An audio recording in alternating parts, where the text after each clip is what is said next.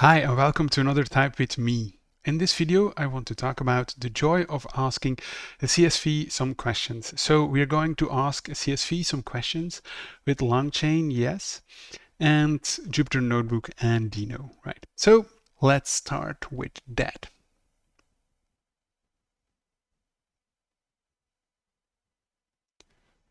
So before we start, I'm just going to show you that we are using Ollama, and when you do Ollama list, you get a list of the latest large language models that I have installed on my computer.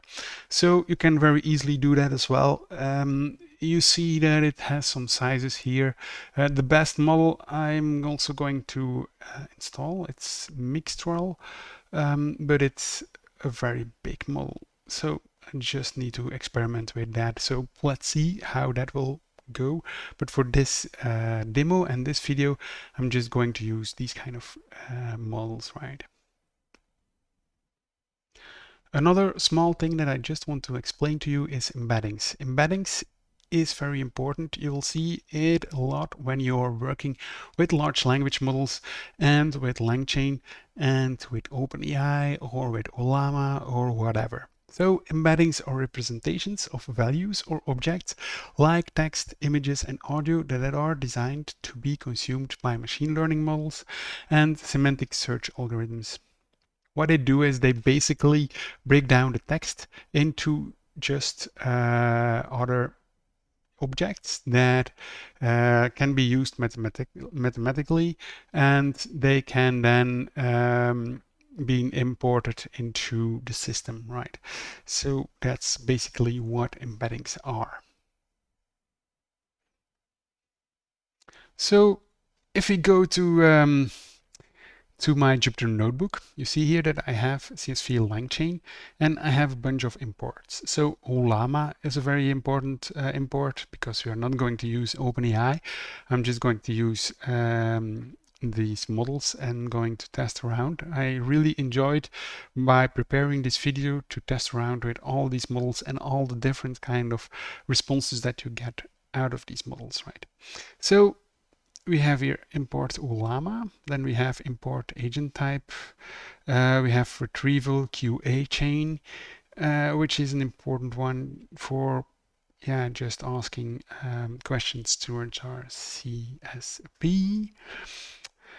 And then we have our Ollama embeddings. We have also our memory vector store. You can use a lot of other vector stores. I just played around with some, but it has some problems with the TypeScript version running on deno. So again, you can probably use other ones. Chroma is a good one. I still need to test it out. I need to install it on my local machine, and so I can play around with it. But another one is recursive character text splitter, and we have the D3DSV because it's also been used. So I'm going to just run it. Here we go. We need to import a bunch of loaders. So here we have LangChain document loader, file system directory, and then we have the JSON loader, the text loader, the CSV loader, and so on. Just going to do that like this. Then we have a folder in our Jupyter notebook, which is docs, right? And then we have JSON text CSV PDF, and it can be loaded from there.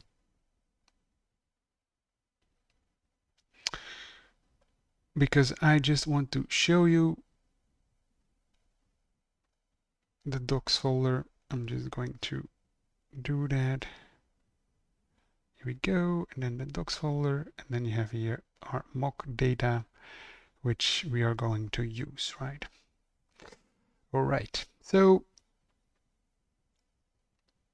we are loading this, and then again you'll see that we have some documents right here, page content and metadata, page content, and so on. And then you will see if we now change that and translate it towards CSV content, we can use it into our ask the model. Here we say that we want to have an Ollama model. I'm going to use the Vicuna model here. Then we have here our vector store. We have our text splitter, where we say that we want to have our text split into chunks. You can play around with these values as well. Chunk size, in my opinion, could be 1000 and chunk overlap 900, but again, needs to play around with that as well. Maybe just put it, for example, in 2000. I don't know. Will it give better results or not? Something that you can play around with. The text splitter can create documents from the CSV content. Then we say to the vector store, split the docs, and then do it with new Ollama embeddings.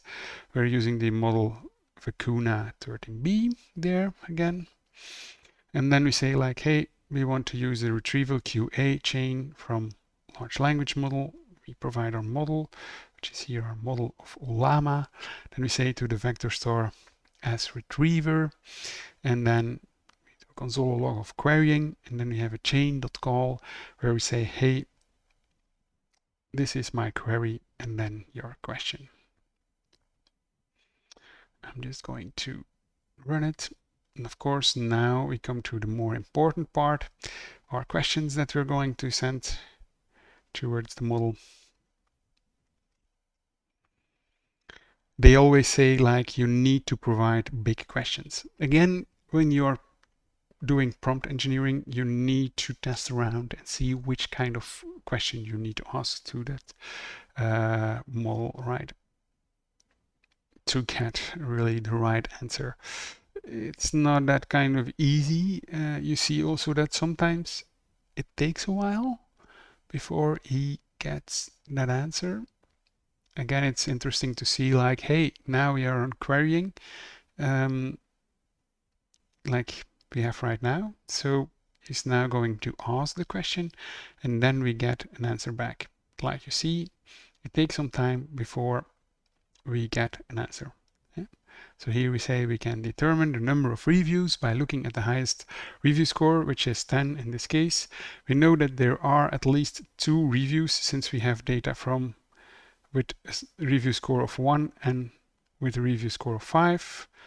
And this means there are at least 11 reviews in total, which is strange. You can also see that the lowest review score is 0, which suggests that all possible review scores from 0 to 10 are represented in this data set. This means there are at least 11 reviews in total, starting from 0 to number 10. Therefore, our conclusion is that there are 11 reviews in this data set, which is quite strange, right? Because we have, I go to this from 1 to 10, we have 10. So that's not correct, but okay. We can go further. Just ask a global question. You need to know that if you load data into your large language model, the user can ask whatever he wants to that large language model. So don't presume that it's just going to answer questions from that data here. The meaning of life is deeply philosophical and subjective question that has been pondered by humans for centuries. It's not something that can be easily answered or defined, as it varies from person to person.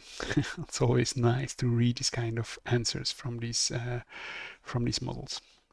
All right. The next one is here, what are different persons that provided a review of 3?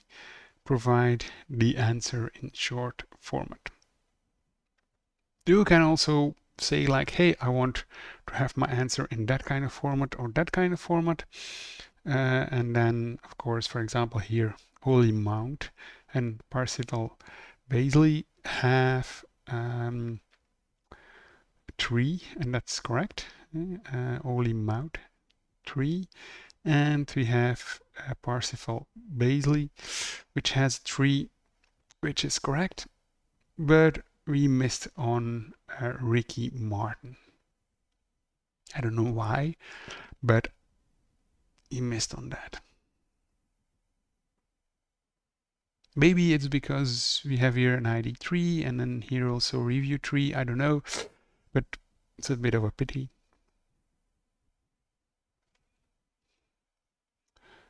All right, so what are the different persons that provided a review score of 3 in the column review? Give me the reasoning why you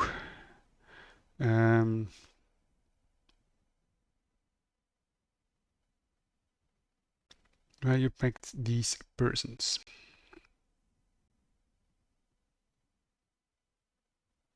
All right, and then again, the different persons who provided the review 3 in the column review are Parsifal, Baisley, and Ollama.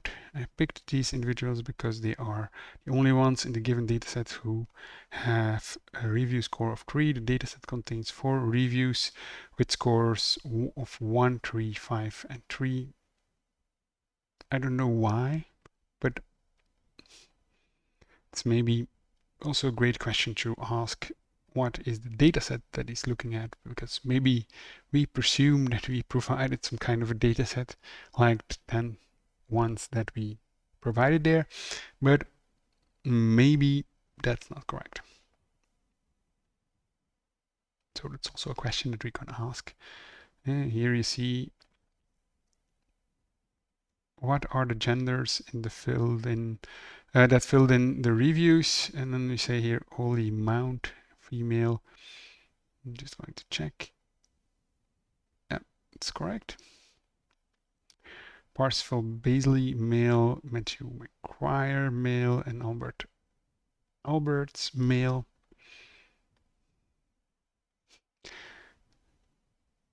He's losing some of them. But I think 1, 3, 5, 3, or maybe the ones.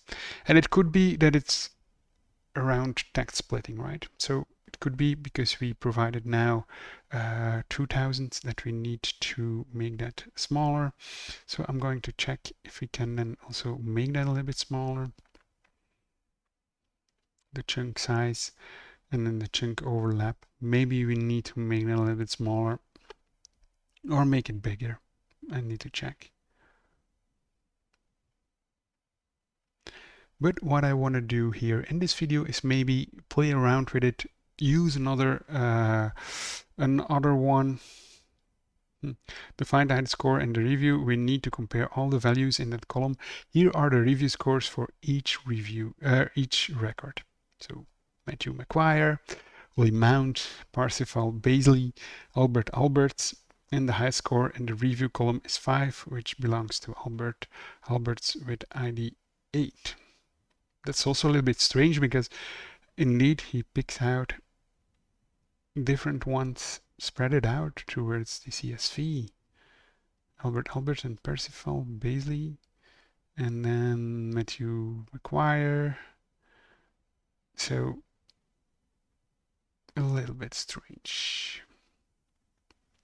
All right, so I'm going to clear it again, and we're going to start over.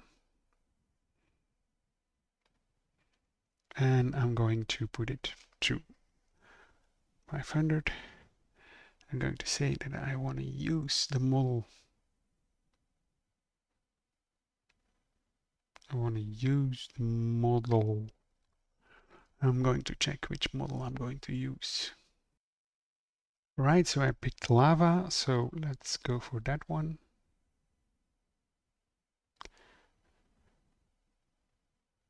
And then it says cannot have chunk overlap. That is smaller than. So, okay, let's see then, for example, I have no idea. Can check this out, see if this helps. Well, it helps. So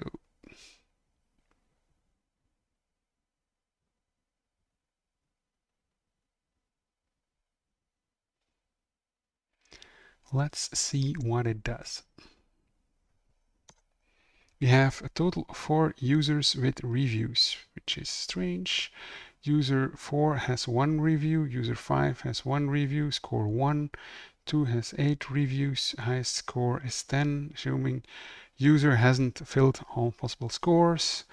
the total number of reviews, add up the number of reviews for each user.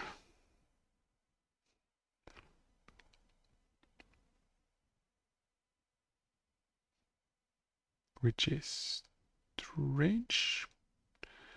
Okay, let's go on.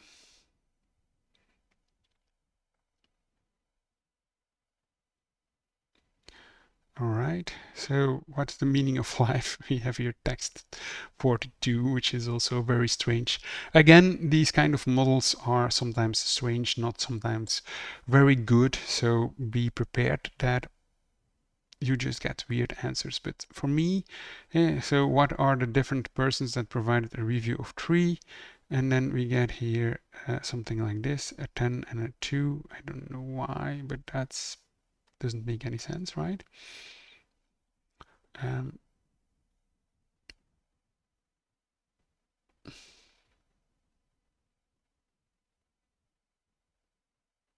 right, so here we have which are the different persons that provide a score of 3 in the column review.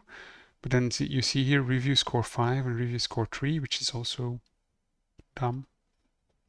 So this model is not quite intelligent, right? It's saying male, female, male, female, male.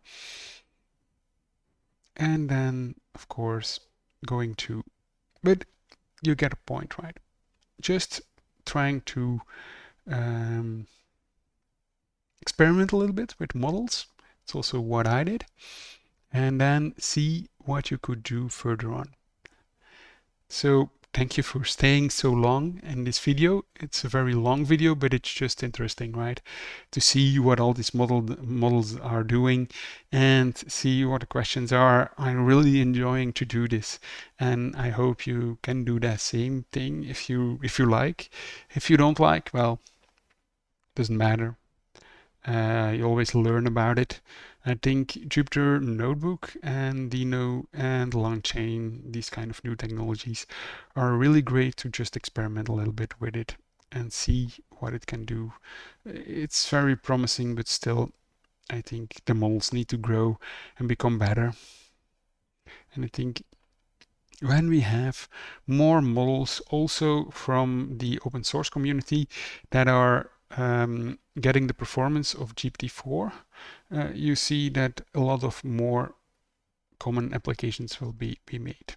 And this is also funny. We get Chinese characters. So I don't think the lava model is the one that we need to use.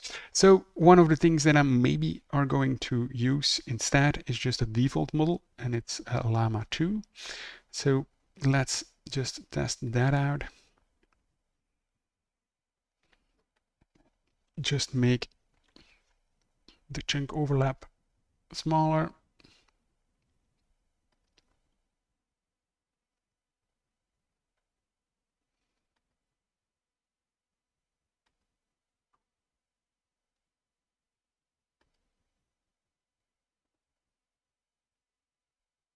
All right, that's strange. I never.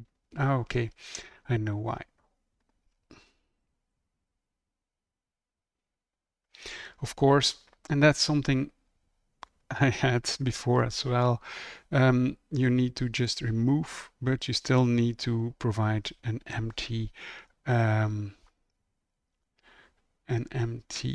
configuration there. And now we can just ask the same kind of questions and have some fun with that. All right. So let's see.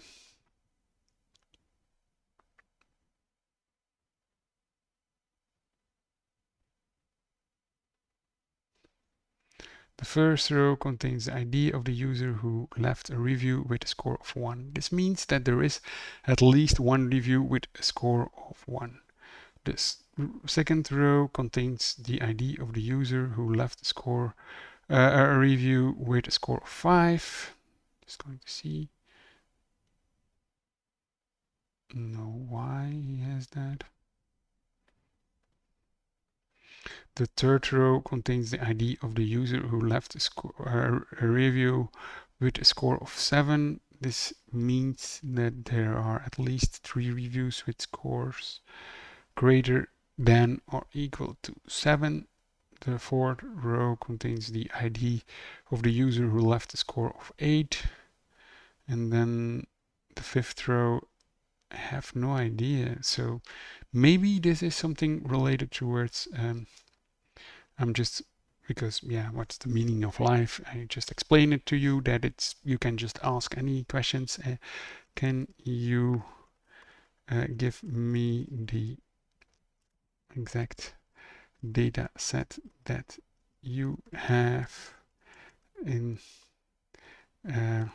printed out in columns?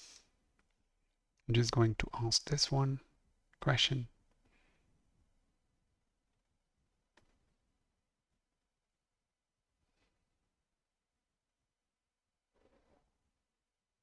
All right, here we are. I'm very curious what it would be.